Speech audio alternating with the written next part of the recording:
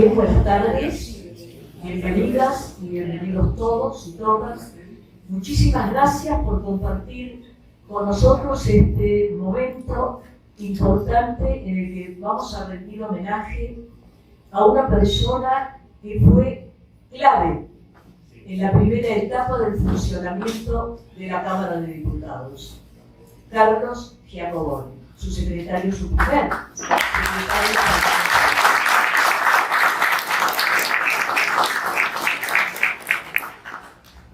Brevemente les voy a decir cómo surge esto, en un minuto nada más. En el chat que tenemos del círculo de legisladores y legisladoras del Partido Radical, alguien planteó habría que hacerle un homenaje a Giacobone. Y hubo un reconocimiento de muchos legisladores y legisladoras que dijeron habría que hacerlo. Entonces con Rafael decidimos tomar ese desafío y hacerle el homenaje en el lugar apropiado, que es el Círculo de Legisladores de la Nación. Giacobone fue el que nos llevó de la mano a muchísimos legisladores que por primera vez pisábamos el Parlamento. Y como noveles o novatos, no sabíamos cómo movernos en esa casa de las leyes.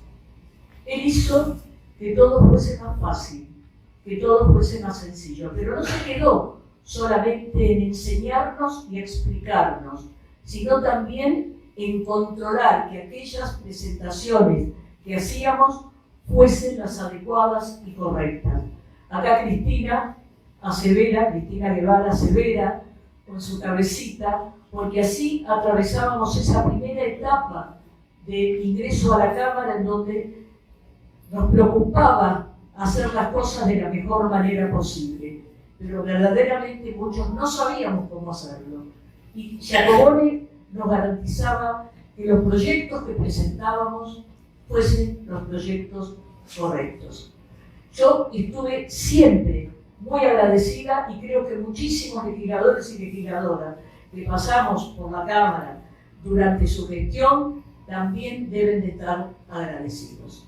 Hecha esta breve introducción y explicado por qué, le voy a pasar la palabra al presidente del Círculo de Legisladores, el diputado mandato cumplido Rafael Pascual.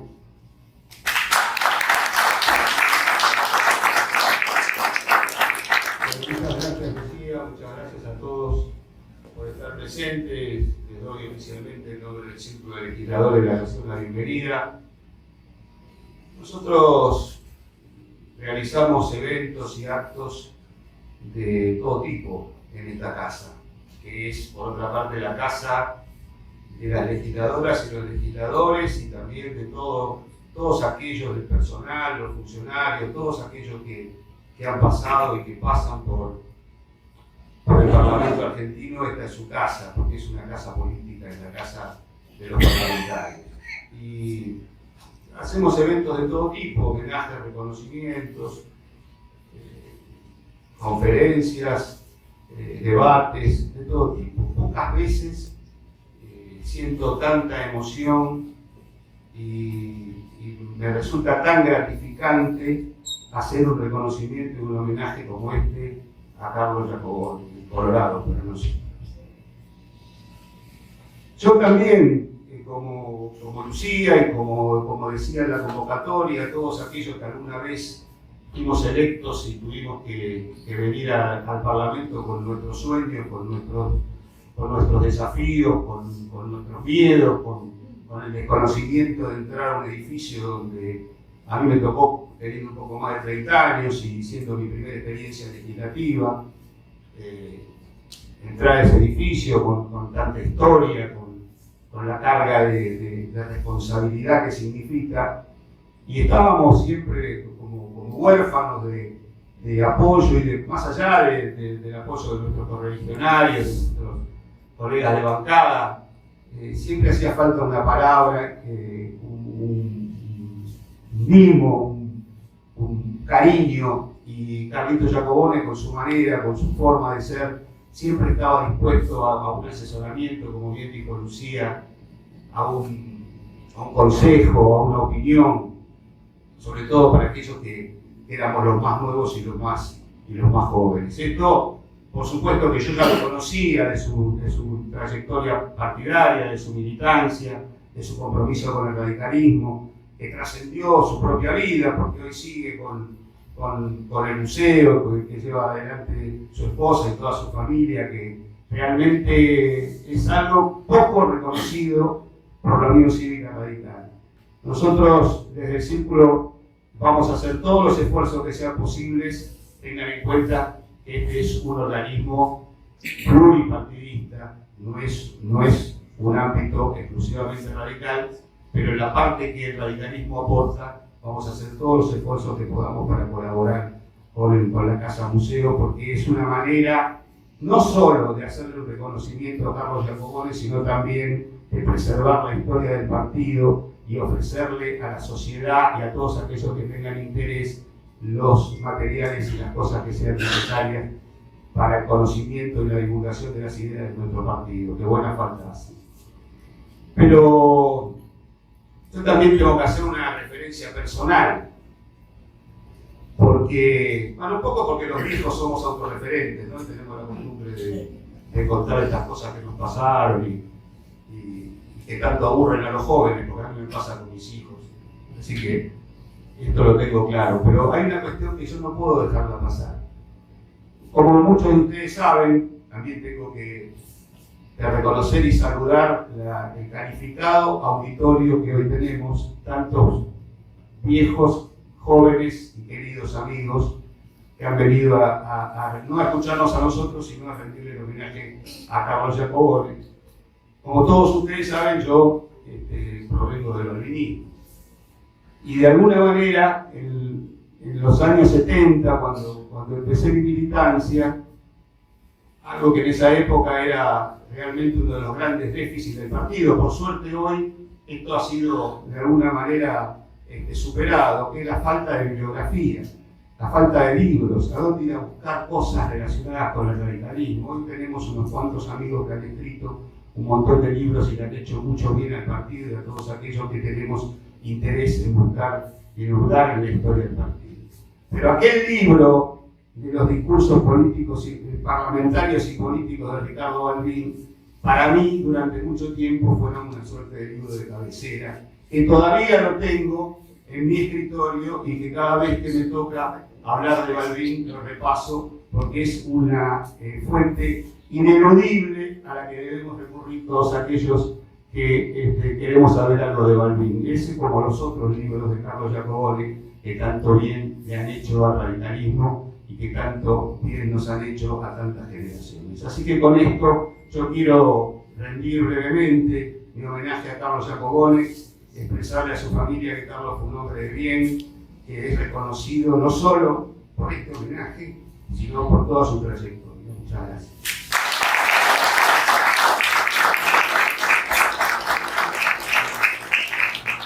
Y ahora, para llegar a la parte central del homenaje, lamentablemente se enfermó para acompañarnos Tello Rosa con una de las dolencias de la época, gripe, bronquitis, etc. Le queda la responsabilidad a Juan Manuel Casella solamente. Muchísimas gracias. El agradecido soy yo. No se trata de una responsabilidad, se trata de un honor.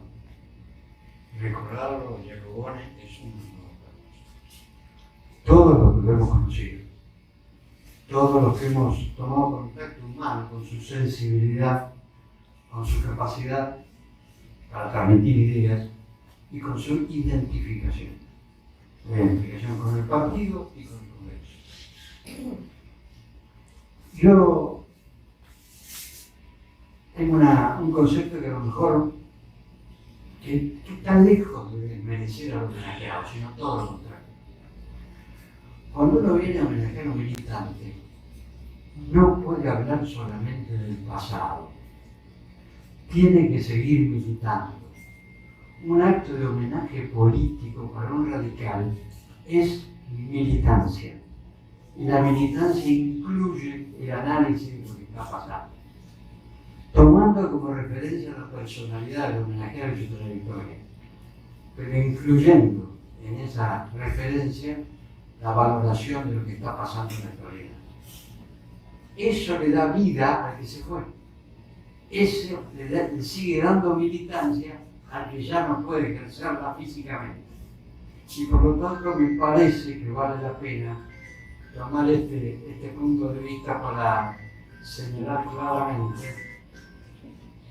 que vamos a apagar la cámara. En segundo lugar, esta es la primera aclaración que quiero hacer. En segundo lugar, quiero agregar lo siguiente.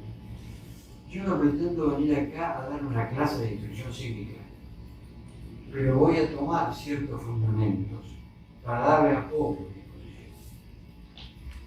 La Constitución argentina establece una república democrática como forma de organizar el Estado. Y esa república democrática, por supuesto, está fundada en el concepto de soberanía popular.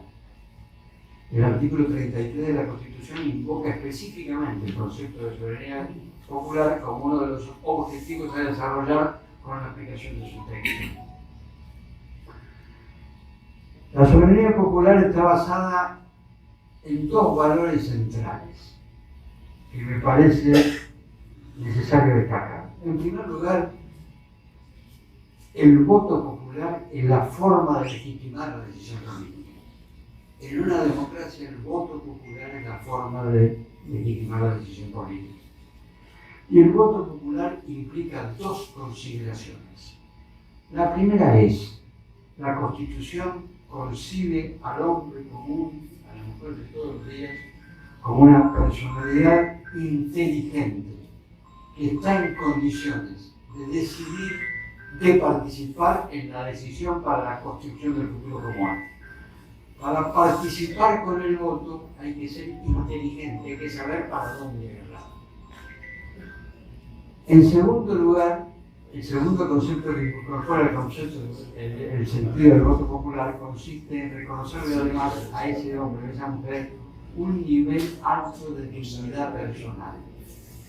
La Constitución adjudica el voto al sufragio, la legitimación del poder, y el sufragio implica cada persona un voto. Cada poder individual equivale a otro poder individual. Cada voto vale lo mismo. No importa en qué nivel de la sociedad esté ubicado el votante. No importa cuál sea su capacidad económica. Cada voto es igual a otro voto. Todos somos lo mismo desde el concepto de decisión popular. Y por lo tanto se suman esos dos valores, el reconocimiento de la inteligencia del votante y el reconocimiento de la dignidad del votante. Me parece que eso es central para entender el sistema, para entender la forma en que el sistema se hace.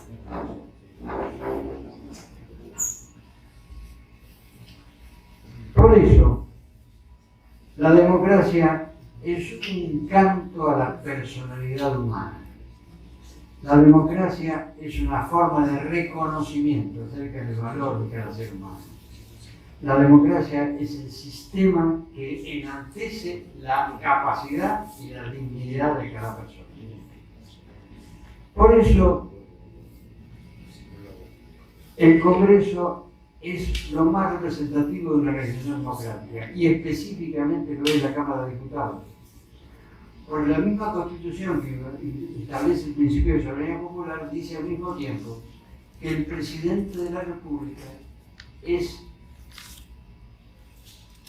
el supremo funcionario del Estado y el responsable político de la administración pública. Es decir, que adjudica al presidente de la República la función central del Poder Ejecutivo. Pero la representación popular por excelencia está en la Cámara de Diputados. ¿Por qué? Porque ahí el pueblo decide en proporción a lo que representa cada uno.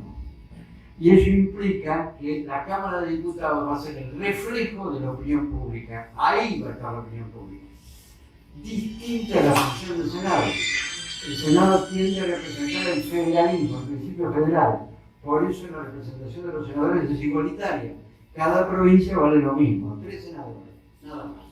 mientras que la representación popular está centrada en la Cámara de Diputados. Ahí es donde la soberanía popular se expresa con más visibilidad. El Parlamento, por lo tanto, ocupa el espacio central en cualquier organización democrática. ¿Para qué sirve el Parlamento? El Parlamento sirve para legislar y para controlar, no solamente para legislar. Tal vez el régimen legislativo argentino tenga una tendencia a exaltar más la función legislativa, porque nuestro derecho es un derecho proveniente del dictatum del Congreso, la legislación. No es como la inglesa, por ejemplo, que es la costumbre acentuada con el transcurso de los años. Hay una fuente legislativa autónoma que es la costumbre. Acá es el Congreso que legisla. Pero además, el Congreso es el ámbito del debate de políticas, el debate de control del ejercicio del poder. Y ahí está la función central que debe cumplir este estamento del Estado. Si juntamos inteligencia, dignidad y representatividad, reunimos un combo que centraliza la presencia democrática en Argentina. Por eso, cuando yo escucho al presidente de la República calificar al Congreso como un nido de ratas, siento una profunda indignación, porque el presidente está demostrando su absoluto desconocimiento acerca de lo que significa la democracia, lo que significa el Congreso dentro de la democracia y el respeto que debe tener el presidente de la República por la inteligencia y la dignidad de cada uno de los ciudadanos. Y cuando observo que esta afirmación del presidente de la República, reiterada afirmación del presidente de la República en cuanto a la calificación de nido de ratas otorgada al Congreso, no encuentra la estruendosa respuesta que debería tener. Tengo tendencia a pensar que los legisladores que hoy callan no están a la altura de la dignidad de los votantes. Por lo tanto, ojo con lo que estamos haciendo. Ojo con lo que estamos haciendo. El Congreso debe ser defendido por lo que representa. Y representa la inteligencia y la dignidad de cada ciudadano argentino. Eso tiene mucho que ver con nuestro homenajeado. Porque Carlos Giacobone tuvo dos compromisos fundamentales en su vida. El primero fue la Unión Cívica Radical. ¿En qué sentido la Unión Cívica Radical? En el sentido valorativo del término. ¿Qué significa la Unión Cívica Radical en términos valorativos? ¿Qué ha significado históricamente? ¿Qué debe seguir significando? Primero, la libertad. En segundo lugar, la igualdad. La libertad concebida como el derecho que tiene cada ser humano a decidir su propio plan de vida y ejecutarlo. La libertad concebida como la capacidad de ese mismo ser humano para también tener el derecho de participar en la decisión colectiva, para decidir de la misma manera, libremente, el destino colectivo. De ahí viene la libertad como el primer valor que la Unión Cívica Radical defendió históricamente. En segundo lugar, la igualdad. ¿La igualdad qué términos? En términos teóricos, la igualdad frente a la ley, pero también en términos prácticos, la igualdad en cuanto a acceso a una calidad de vida material que sea relativamente pareja para toda la sociedad. El radicalismo siempre trabajó para eso, para defender la libertad y para defender la igualdad. Ese es el concepto básico que identifica a este partido. Y ese concepto básico fue el que incorporó, que adquirió, que alcanzó la adhesión vital y permanente de Giacobone, que se sumió a la Unión Cívica Radical con un compromiso definitivo. El compromiso de Carlos Giacobone con la Unión Cívica Radical nació un día y se mantuvo hasta el último día de su vida. Por lo tanto, ahí tenemos un eje de la vida de Carlos Giacobone. El otro eje fue el Congreso de la Nación, que es la lógica consecuencia de la visión anterior. En la medida que que Carlos Jacoboni se adhirió a la Unión Cívica Radical en la medida que se adhirió a partir de ese concepto valorativo de libertad más igualdad. Había un ámbito donde preservar ese esquema, esa forma de organizar la vida colectiva. Y ese ámbito era el Congreso de la Nación. Él se suma a la Secretaría Parlamentaria del Bloque el 30 de octubre, el 10 de diciembre de 1983, cuando la Argentina decide recuperar la democracia. Y el 10 de diciembre del 83 la Argentina decide recuperar la democracia de una manera particular, no como siempre, de otra manera. ¿Por qué? Porque el 6 de septiembre de 1930 se instala en Argentina un régimen que yo llamo de tutela militar. A partir del 6 de septiembre del 30, las Fuerzas Armadas actúan como una superestructura que controla el régimen político argentino. Y que cada vez que le parece a esa superestructura que debe intervenir, efectivamente interviene. Ese ciclo es un ciclo descendente. Pasamos del gobierno provisional a la tragedia. Y eso se desarrolló en los 50 años, 53 años corridos, entre el 6 de septiembre del 30 y el 10 de diciembre de 1983. Por lo tanto, la elección del 83 fue distinta por una causa. No volvimos a reproducir el intento de restablecer la democracia como habíamos hecho en reiteradas oportunidades del 30 años. En esa decisión electoral, el país decidió terminar con la tutela militar. Y decidió terminar con la tutela militar por la inspiración de Raúl Alfonsín, que claramente habían tomado conciencia definitiva de que si no aplicábamos el Estado de Derecho a quienes habían violado la Constitución y habían terminado en la tragedia que vivimos durante los años 70, este país no tenía solución, no podíamos instalar definitivamente la democracia. Esa fue la diferencia cualitativa. El 10 de diciembre del 83 se instala la democracia sin tutela militar, es decir, una democracia realmente autónoma y solo dependiente de la decisión popular. Ahí se abre una nueva etapa en el Congreso. Y ahí Jacoboni pasa a ser protagonista de esa nueva etapa, en los términos en que cada uno de ustedes lo dijo anteriormente, poniéndose al servicio de los legisladores para orientarlo, para ayudarlo, incluso para conducirlo por un camino formalmente adecuado, sino fundamentalmente para conservar el valor de esa institución que tiene la dimensión central de representar al hombre común. La capacidad representativa del Congreso es esencial para que la formalidad democrática tenga salida a partir de las disposiciones legales y sea coherente con ello. Por eso, la forma en que el presidente de la República actual trata al Congreso es una injuria no a los congresistas, no a la institución, sino al pueblo argentino en su capacidad de decidir y de autorregularse. ¿Cómo hace Jacoboni para ejercer su mandato?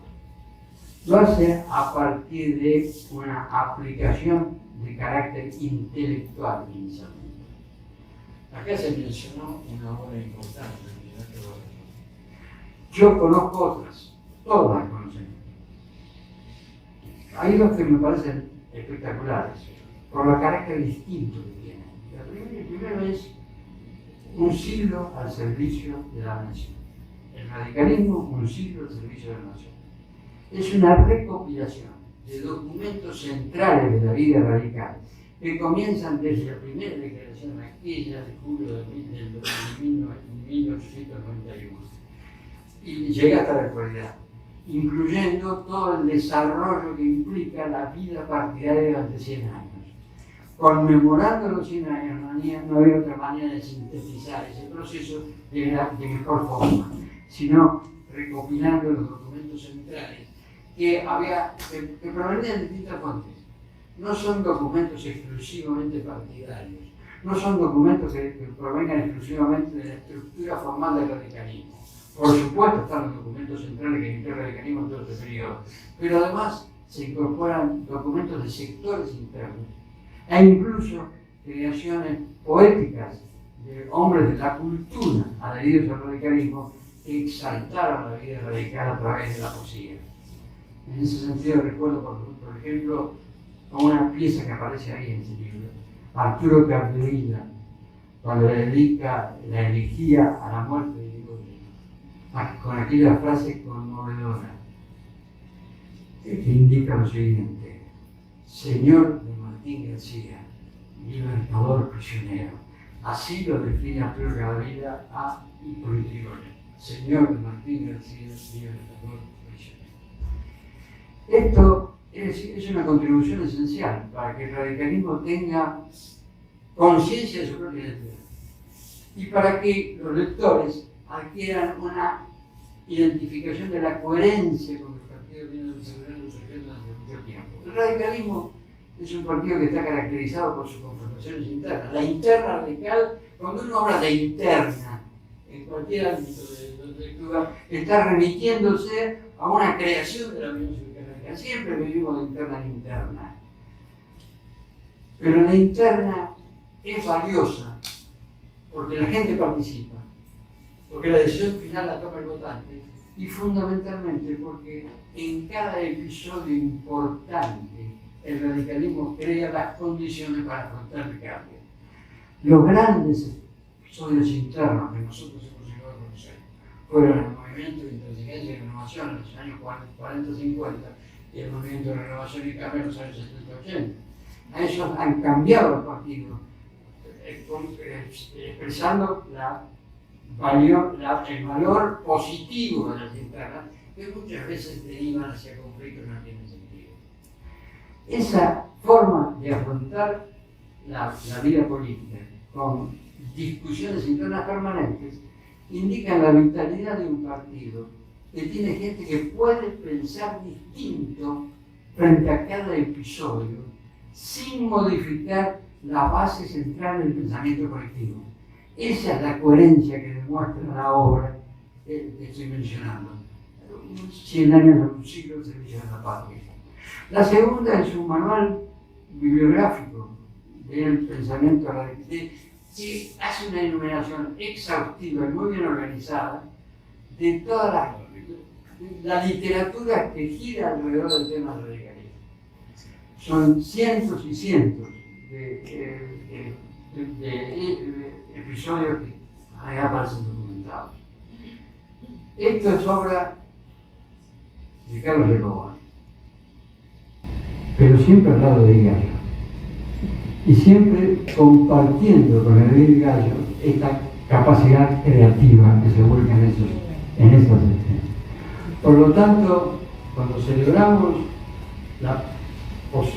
el valor de estos productos, debemos decirle a Carlos Recoba: te felicitamos y te agradecemos, pero ten en cuenta que tenías compañía y fue la mejor compañía posible.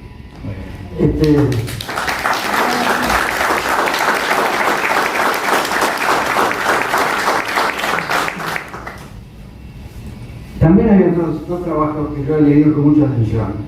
Uno porque es de mi interés personal, que es una pequeña obra que se denomina Ricardo Rojas Político. También tiene esta condición, relata el trayecto de Ricardo Rojas en la política argentina, especialmente a partir del 30. No se olviden ustedes que Ricardo Rojas se incorpora a la Unión Cívica Radical después del golpe de Estado del 6 de septiembre, inmediatamente después del 6 de septiembre, y dedica el verano de 1931 a escribir esa fantástica obra que se llama El radicalismo de mañana.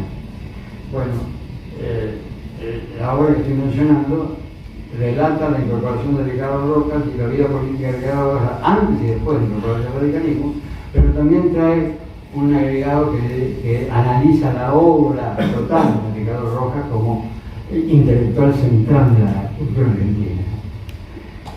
Y la última es Los efemérides radicales, un recordatorio de aquellas fechas que el radicalismo debe conmemorar necesariamente para celebrarse a sí mismo, para recorrer su propia historia. Todo esto implica un esfuerzo constante y sustantivo.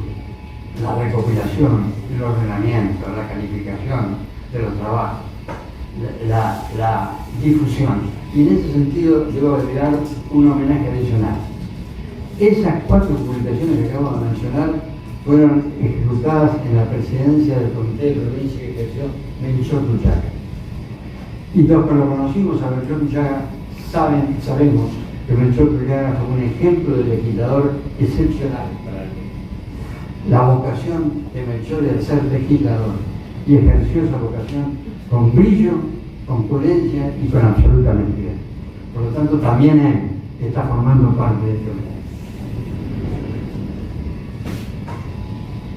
Los recuerdos tienen un sentido: consolidar las convicciones.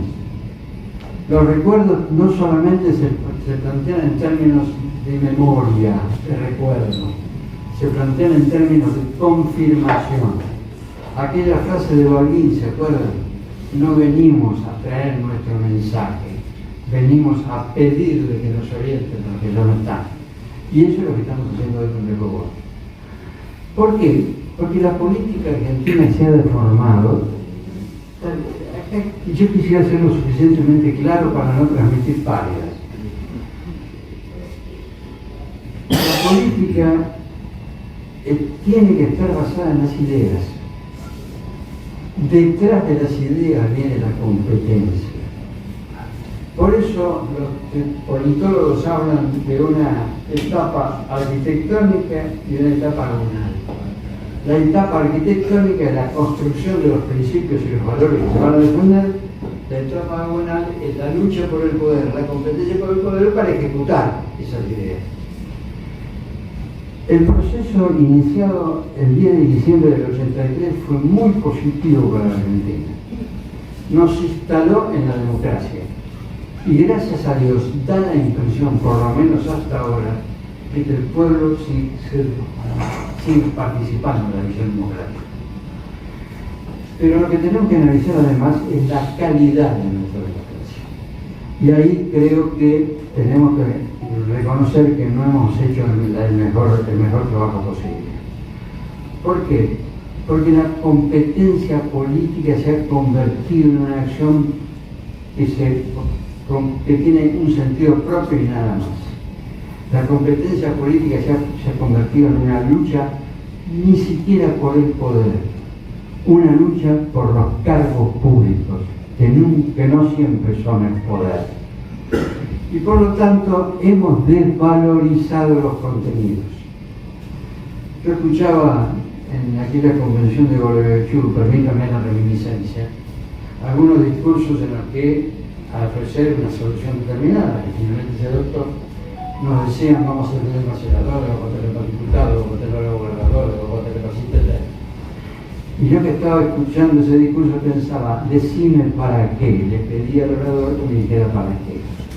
Porque lo primero que tiene que hacer un político es decir cuáles son las ideas que va a defender, es decir, cuáles son los contenidos, y después proponer los candidatos, no a la inversa. Y nosotros nos hemos convertido en no los radicales. El sistema político argentino se ha convertido en un sistema en el que la determinación del titular del poder está siendo más importante que la idea que se van a ejecutar del poder. Esto implica una desvalorización conceptual de la democracia que es muy peligrosa y trae consecuencias. Por ejemplo, Milei. Una desvalorización de las ideas significa, por ejemplo, que el presidente de la República puede definirse como un ultraderechista sin que nadie le entienda el pulso. Si hay una cosa que el radicalismo no puede aceptar, es que un presidente de la República en la Argentina se defina como de ultraderecha, porque la ultraderecha es exactamente lo opuesto de la democracia que tenemos que defender. Exactamente.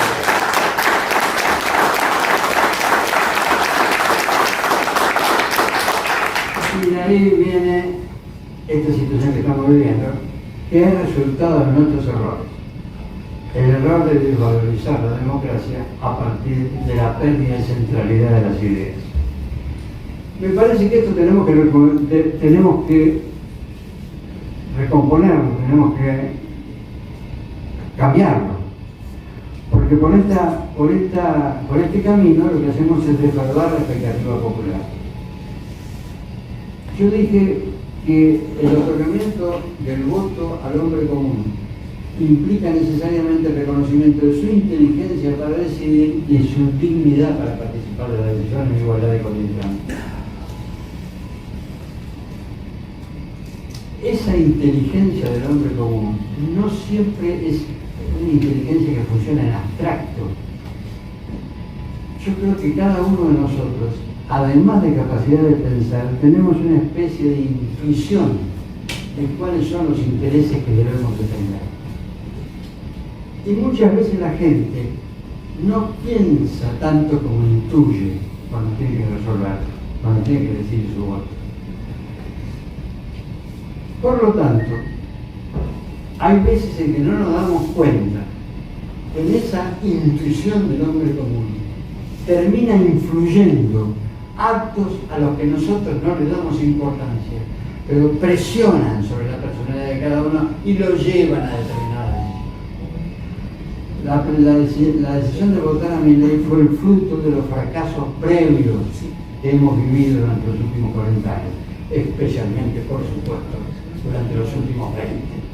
Porque si hacemos una adjudicación proporcional de responsabilidades, hay gente que también participa, que está cansada, que por lo tanto la que no voy a pedir, pero que ha tenido una proporción de poder muchísimo más alta que los demás, es decir, una proporción de responsabilidad por los fracasos. Tengamos en cuenta este hecho, tengamos en cuenta que la sociedad, tal vez no de manera racional y abstracta, pero sí a partir de la intuición de sus intereses, termina dándose cuenta de aquello que no funciona. Y en algunos casos, la respuesta para eso que no funciona es una alternativa negativa que hoy es la que estamos viviendo. Yo creo que esto es lo que diría Giacobone si estuviera acá. Yo creo que Giacobone estaría de acuerdo con esto que acabo de decir. ¿Por qué? Porque Giacobone, como lo dije inicialmente, tenía un compromiso visceral con la democracia, el primer compromiso, y tenía un compromiso visceral con el Congreso, su segundo compromiso. Eso implica colocar las ideas por encima de la competencia electoral. Eso implica priorizar las ideas por encima de las candidaturas. Eso implica que el dinero nunca debe formar parte de la decisión política. Cuando el dinero empieza a formar parte de la decisión política, la destrucción del sistema está muy próxima. Y eso es lo que nos está pasando. ¿Cuál es la respuesta? La respuesta está ahí. Tenemos que tener hombres y mujeres como Carlos Giacobone y Edith Gallo permanentemente en esta sociedad, en este partido, fundamentalmente en este partido. Tenemos que reivindicar la condición de desinterés personal en la toma de decisiones políticas. Tenemos que volver a sentirnos parte de un esquema en que lo personal, lo individual, tiene menos valor que la propuesta para todos. Tenemos que saber que un partido político no es un ámbito para obtener ventajas personales, sino es una plataforma para discutir ideas y asumir el compromiso de ejecutar esas ideas y llegar al poder. El poder, ¿qué significa el poder?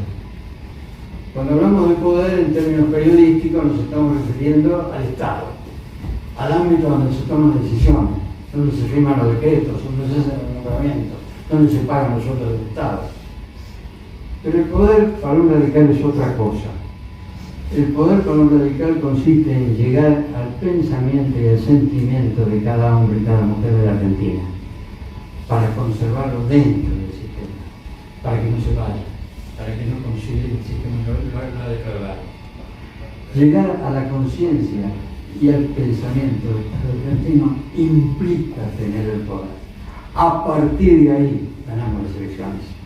Eso es lo que hicieron los grandes dirigentes de este partido, que tuvieron la capacidad de transmitir ideas y a partir de esas ideas ganar elecciones. Hipólito Yrigoyen. ¿Qué hizo Hipólito Yrigoyen? planteó la resistencia a la oligarquía. Convocó a los argentinos a buscar que se efectivizara la promesa de soberanía popular que estaba inscrita en la Constitución. Durante 20 años se dedicó a combatir desde el llano. Nunca un cargo, nunca un sueldo, nunca algún privilegio. Siempre el combate desde afuera del Estado.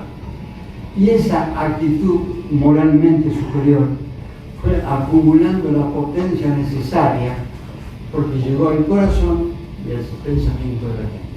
Y a partir de esa penetración en el pensamiento y en el corazón de la gente, apareció en 1916 el primer presidente elegido por el pueblo. Eso también le repugna al presidente actual de la República. Milei dice que la decadencia argentina comenzó en 1916, que es la fecha en que el pueblo por primera vez decidió libremente su propio destino. Es decir, lo que nos está diciendo Milei es que la decadencia comienza cuando el pueblo decide. Y para los radicales no hay decadencia posible si el pueblo tiene el derecho a decidir. En el ejercicio de la libertad y en la búsqueda del destino colectivo de calidad de vida similar a través de la igualdad está la clave de mantener la democracia. Pero también está la clave de la construcción de la sociedad en la que vale la pena vivir. No nos engañemos, muchachos, no nos engañemos, chicas. Defendemos la democracia no solamente por razones abstractas, defendemos a la democracia porque queremos vivir de esa manera.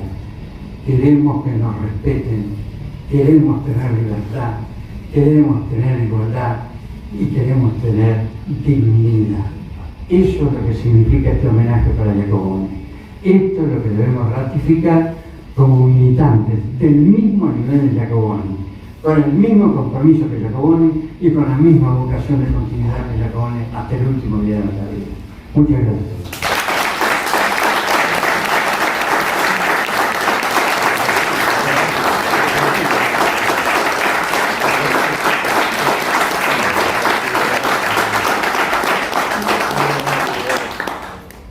Muy bien, muchísimas gracias, Cachi. Con las palabras de Casera damos por finalizado el acto de homenaje. Tenemos un cafecito para disfrutar allá al fondo. Muchísimas gracias por haber